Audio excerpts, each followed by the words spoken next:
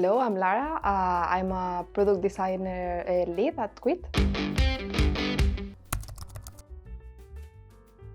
It was very funny because when I had the first interviews with Kwit before I joined, my parents were ex-smokers. Both of them talked to me about the dashboard. They like it, but they found some difficulties to find all the content around. When I started in the company, I started doing some interviews with users to understand, like the base, the background, what was more value from their point of view, and it matched with that. So everything started there. We started to do some digging, doing more research and more conversation with them, and everything finalized with the first design sprint in the company. We organized it with some of the key members in the team, like the co-founders and also persons related to marketing, to customer happiness as well. In 5 days, we made kind of the first mockups, and this was the starting point of the first iterations until we released the last version. That is something that you can check now in the Kwit tab.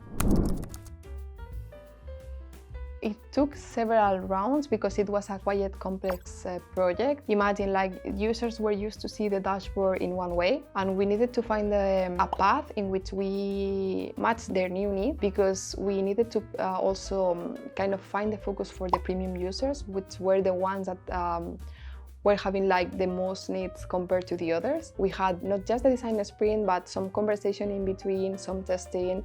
So I think quite a lot of iterations until we got to the last version.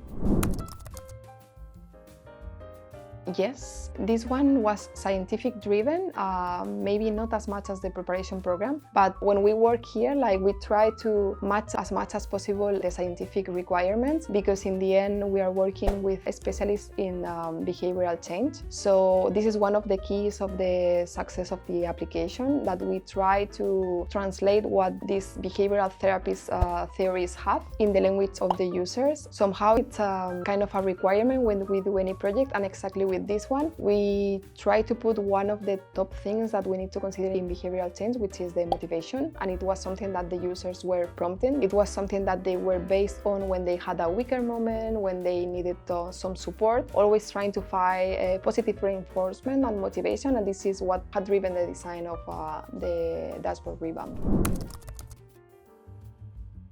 We were very happy when we released the new dashboard. We knew that there were about to be some complaints, because it's true that it was a big revamp, but it was minimum. The general base of users were really happy about this revamp because we put in value what they value the most. It was the progress and also the goals that they are going to achieve. In the end, we achieved what we wanted to, because we were looking for more retention. This is a check that we did since the very beginning of the release of the dashboard.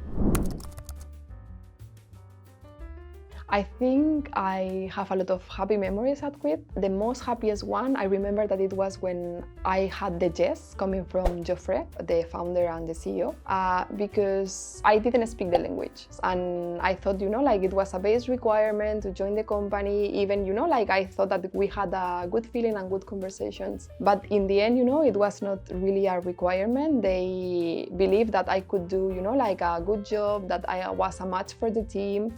And language was something, they put aside and they focus on my skills and all the energy that I wanted to bring to the companies. I remember that day that I was so happy. I couldn't believe it that happened to me.